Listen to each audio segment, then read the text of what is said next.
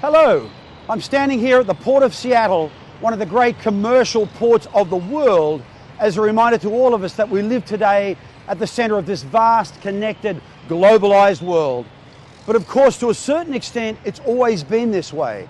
From the beginning of human history, our early cultures, early civilizations have been connected in various ways. We fought with each other, we traded ideas with each other, we traded material goods with each other, we traded diseases with each other. This was particularly true during the era of agrarian civilizations, when these vast civilizations that appeared in the Afro-Eurasian world zone established conditions that were ripe for scales of exchange hitherto unseen in human history. The key players in this were the Romans, the Parthians, the Kushans, and the Han Chinese. And with the road networks they laid down, with the port facilities they constructed, with the coinage they started to use, conditions were ready for trade that we had not seen before. This happened mainly along the Great Silk Roads network.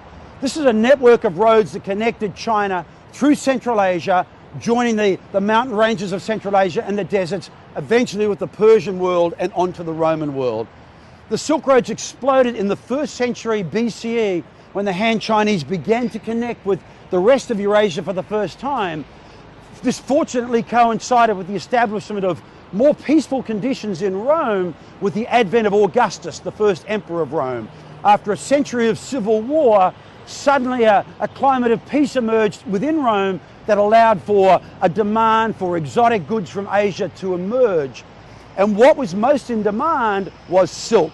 This exotic material spun from these small cocoons spun by worms in China. The Chinese had discovered this secret thousands of years earlier, but now the demand emerged in Rome amongst wealthy patrician women who came to believe that their most luxurious garments had to be made of this exotic, sensual, translucent material. To supply this demand, caravans would come out of China, cross these dreadful deserts, the Taklamakan, the Gobi Desert, cross the highest mountain ranges on earth, passing these goods on to various middlemen along the way until they ended up in China.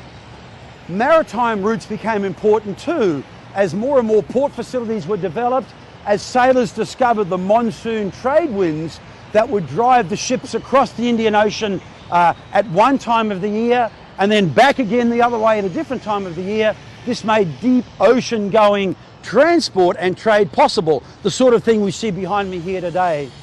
Eventually, these intense levels of trade, which also facilitated the movement of religions and of diseases, began to dissipate in the 3rd century when political instability in Rome and in China brought an end to this great Silk Roads era.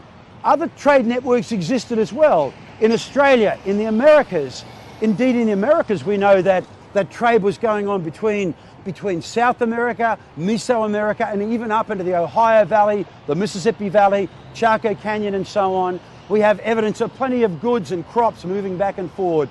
But frankly, the scales of exchange in these other parts of the world was so much smaller, so much less intense. This gave Afro-Eurasia something of an edge. It became more dynamic. It had larger populations. It had people who'd built up immunities to diseases. It had a lot more technological sophistication. So when the world zones began to reconnect after 1492, Afro-Eurasia was set to absolutely dominate these other world zones and drive the world into the modern revolution. In many ways, the Silk Roads were the forerunner to the sort of scales of exchange you see behind me now.